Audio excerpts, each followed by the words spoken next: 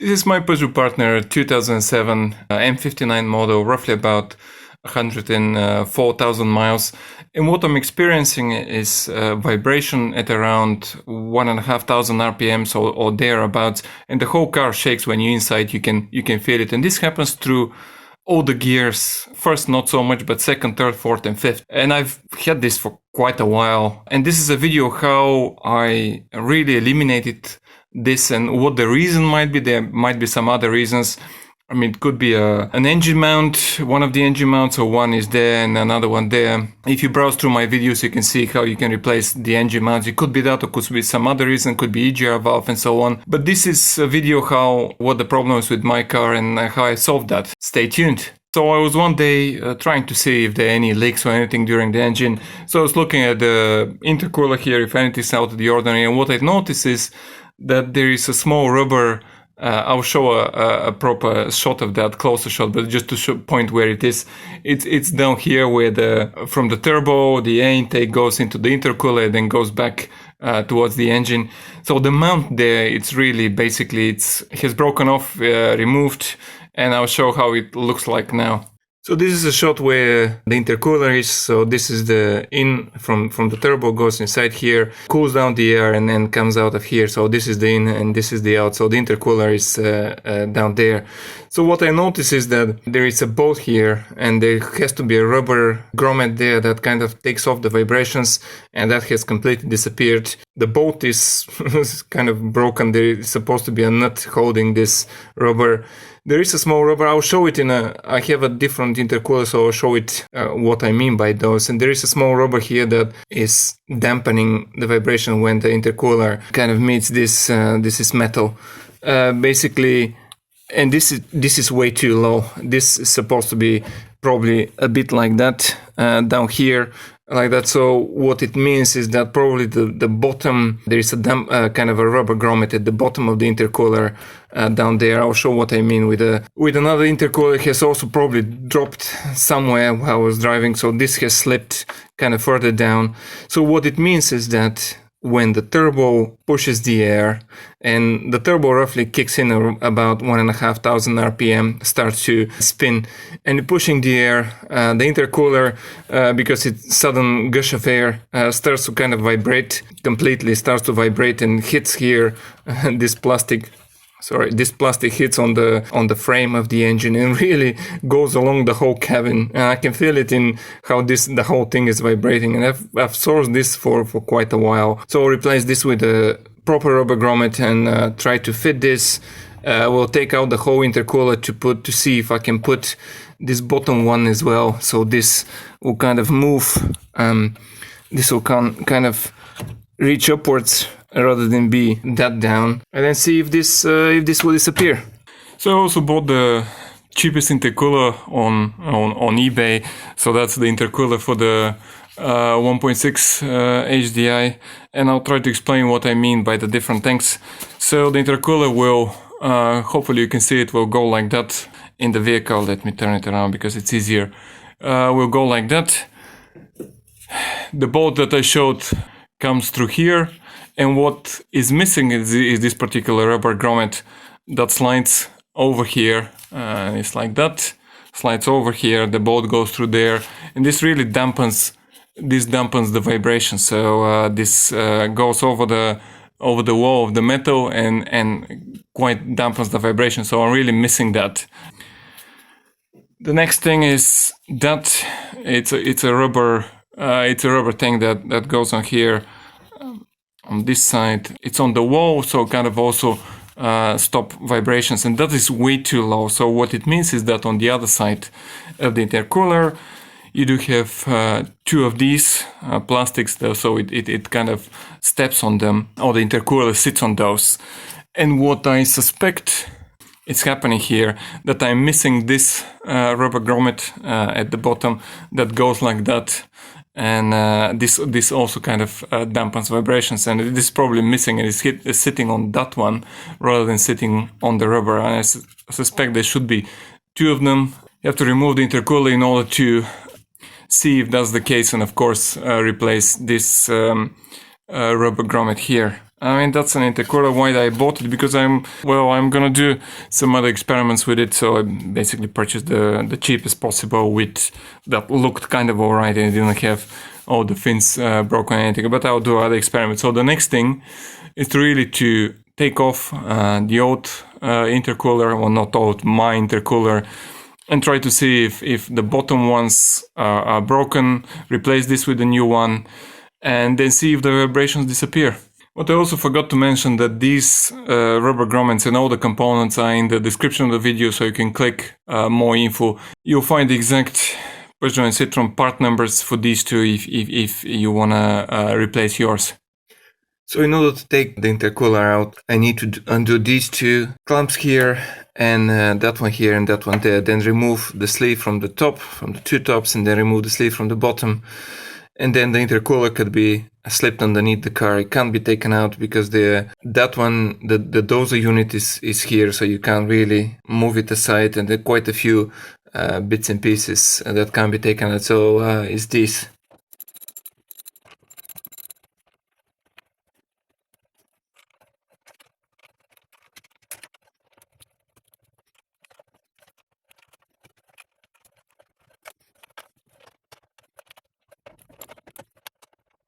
So I've done that bolt, and that one. They were pretty easy. This one is really tight space there. I can't fit a wrench, so I have a kind of a screwdriver that I can fit in there and turn it little by little. It's a bit of a struggle, but this is turning. Now, of course, comes the fun part, trying to peel the rubber off here and off there. I've got a small plastic tool, trim tool, to help me along, but we'll see how this goes. Sometimes it's easy because there is a bit of oil, sometimes it's a bit more difficult. I have to hold this so it doesn't move. Yeah, but that's not too bad. Maybe I need to undo this a bit more.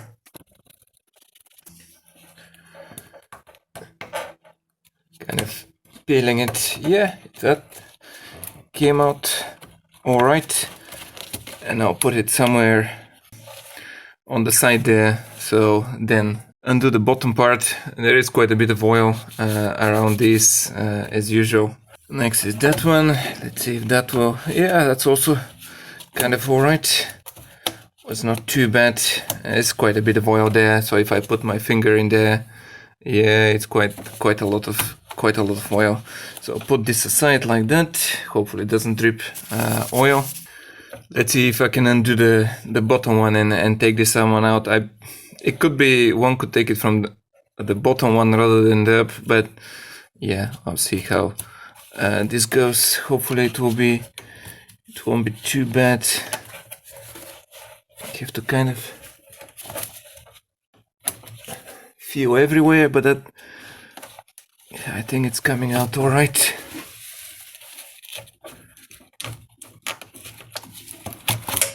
Yeah, that one is out, and there is a electric tape here not to cut into the rubber. I'll keep that one in like that so it doesn't cut into the rubber. I don't think I have one at the top. I may have to put one. There is a bit of a cut in the rubber here. You can't quite see it, too much light, but I have to put some kind of electric tape underneath this whole piece so it doesn't really cut into the rubber. But inside, quite a bit of oil. You can see there coming from the turbo. That's at the bottom.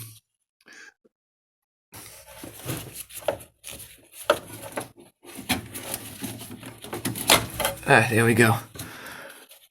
It's kind of out. You can, if you can, probably can't quite see, but it's out, taken out. So I can also take this one out, and of course that one will have quite a bit of oil as well. Quite a bit, to be honest. It's quite a lot. I've removed these, so the intercooler is there. It's kind of alright, so you can probably see there is a bit of oil, or quite a bit of oil. So the next thing is I have a tray underneath the car. So in order to take out the intercooler from underneath, because it cannot quite be taken, I have a tray, one metal whole piece on the car. It's got 3 bolts, one here, one there, so, and two down there. So I have to remove that, and then I can undo the intercooler from, just put it down on the ground. So next thing is just lift it slightly upwards so it will release from these 2 pointy bits at the bottom, and just slip it kind of underneath there. In the bottom of the engine, because you cannot quite take it out from here. For some models that might be possible, but it's just too many. There is that's the pipe for the coolant there, and that would be quite. It creates you cannot really take it out. There's just not that much space. The easiest bit is to slip it underneath, and I've put you can't quite see it, but I've put rack there so to catch it if I drop it too much, not to break.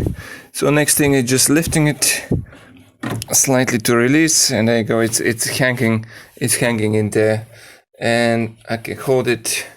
I can't quite film it, but I can hopefully hold it and not really drop it quite suddenly down there in the engine. There we go. I slipped it down there, and my foamy thing, the rack, I kind of stopped it from hitting the bottom to break the part. So I took the intercooler out from the bottom. These are the 2 positions that the bottom 2 pins, I'll show it, they slide inside. And the rubber grommets, well, these seem actually alright. It hasn't slipped. They haven't been removed, so that's actually alright. So it's only the top grommet. Let me remove these.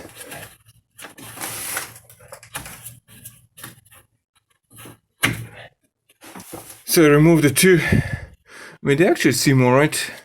They're not squashed or anything. They haven't been damaged. They're absolutely fine. So I'll put these back on there, so the intercooler will stand on these. So the bottom rubber grommets haven't fallen off, but what has happened, this whole thing, it's a plastic frame, the one that I'm moving. So the intercooler sits on it. The metal is here. It's not quite connected. So probably this whole metal, this whole plastic frame. It has also grommets and so on, but with time they kind of squash. So this whole thing has shifted downwards. So in order to lift the intercooler a bit, I'll put a few more. This is the bottom. It sits like that, the rubber grommet. So we have one of these rubber to put on top. So it's roughly about a few millimeters. So it will go like that to lift a bit the intercooler. This is kind of a Halfords. Yeah, you can't quite see. It's a lot of light in there. Halfords HBB 102. These are just metric O-rings, and I'll use this on the bottom of the intercooler. So this is the bottom of the intercooler. Generally, this O-ring goes like that. But what I'll put one of these rubber just to go on that and raise it a bit. It's even more softer, so it will kind of dampen it even more. So it's quite good. I'll put one on there as well. So next thing is to slip in the intercooler inside, and then these I'll have the intercooler lifted and then drop these underneath both of them. So when it sits, it will be slightly raised. Now, of course, to put the intercooler back from underneath the car, slip it up here.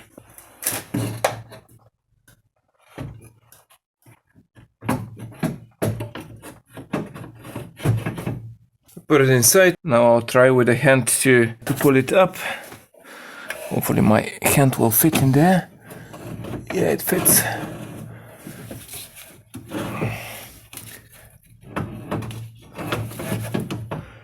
And not to drop it. Everything's a bit on the tight side. But yeah, I managed to kind of take it. Now I'll put it like that.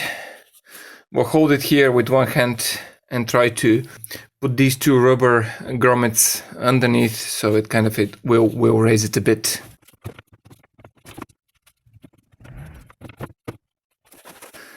So I managed to put the two underneath these two pins, so that should be quite good. I'll just move the camera so you can see how the whole intercooler has lifted slightly. So you can see the intercooler now, it's actually perfect. The bolt, this rubber is on the thing, not underneath there. It's actually where it should be. But one more thing, you need to just the lift. There is a catch at the back of the intercooler. There is a pin on the plastic at the back, so that's the catch. So you need to just lift it and catch it at the back. Otherwise, you see, it doesn't quite go towards the back. But I'll of course put this rubber grommet now, so it's just easier rather than after. So I can not to lose it, so I can put this on top like that. It goes like that on there, so that actually takes the vibration. Lift it on slightly.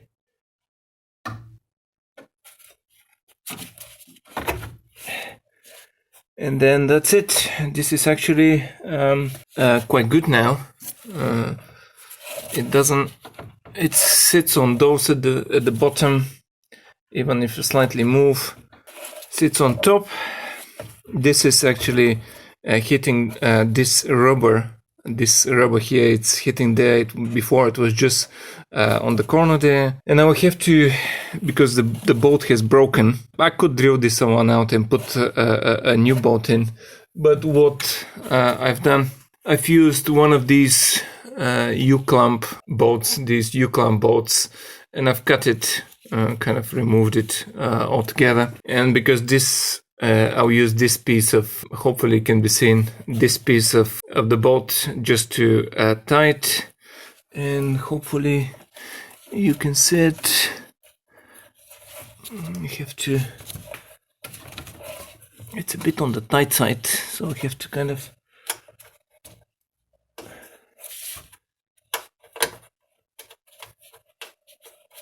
I'll show it in a second.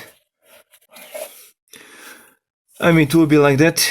I'll just turn it with pliers just as much, but it might eventually put a washer underneath and just turn that one, or drill the bolt. But that's actually nice now, quite nice and sturdy, and all the vibrations taken off. I'll have to just put the two hoses in here, clamp them, and then take it for a test drive and see if this really has removed all these vibrations at 1,500 RPM, and I believe this will completely remove all vibrations. So I decided to use a little washer on that U-clamp bolt. I have to see what it's called. I'll show it at the end what it looks like, just so it doesn't, because it's a sharp edges, it cuts into the rubber. So I'll use that one. Hopefully it will be able to grab onto the bolt. Yeah, it grabs onto the bolt, so I'll just turn this around. It doesn't need to be perfectly rotated. You have to, of course I can drill the bolt, put a new bolt, but just I have to monitor from time to time if this doesn't undo, but it's quite unlikely. So for the hoses, there was a bit of electric tape, so this not to cut in. This has slightly cut in there. There is a bit of a cut from the clamp. So I have just a rubber hose and cut it like that, and I will slip it underneath. So this will protect the hose not to cut into the rubber, so you can cut into that hose, not into the other rubber. I'll put it there. I've also done for the rest of the clamps. I also have this rubber. And next thing is just to slip those on from underneath, then on top, underneath, and then on top.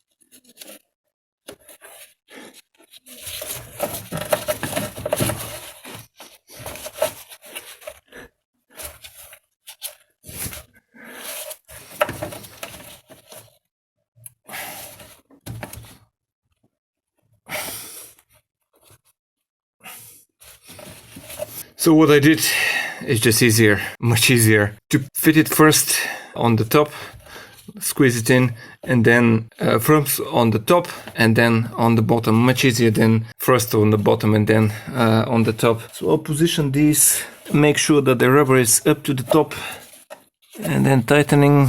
Then the next one, and then tightening. I can tighten that now probably rather than later on.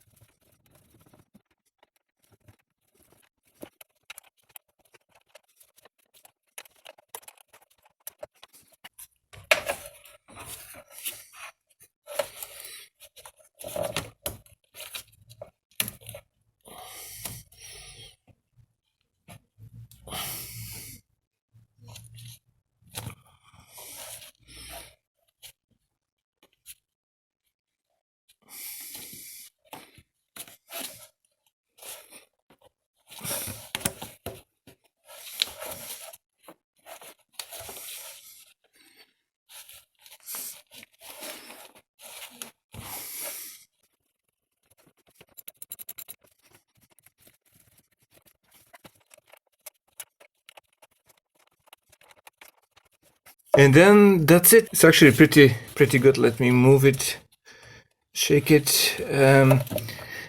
This rubber will dampen all the vibrations. This rubber is not sitting too low. It's sitting kind of where it's supposed to sit. So that's actually quite good. Next is for a test drive and to see if these vibrations have disappeared. Well, I went for a test drive with the car with the new rubber grommet, or 2 rubber grommets underneath, and that rubber grommet, and then no vibrations. There was a very slight vibration, but it could be other components, but this complete shaking of the engine really disappeared. If you're experiencing this vibration at roughly about 1,500 RPM on all gears, not first and second, but third, fourth and fifth in the 1.6 HDI engine, check out your intercooler, check out those rubber grommets, replace them same way probably I did it. All the components are in the description of the video, you can check them below. But that's it, hopefully that is useful to someone. Let me know if you have any comments in the comment section below. Thank you very much indeed.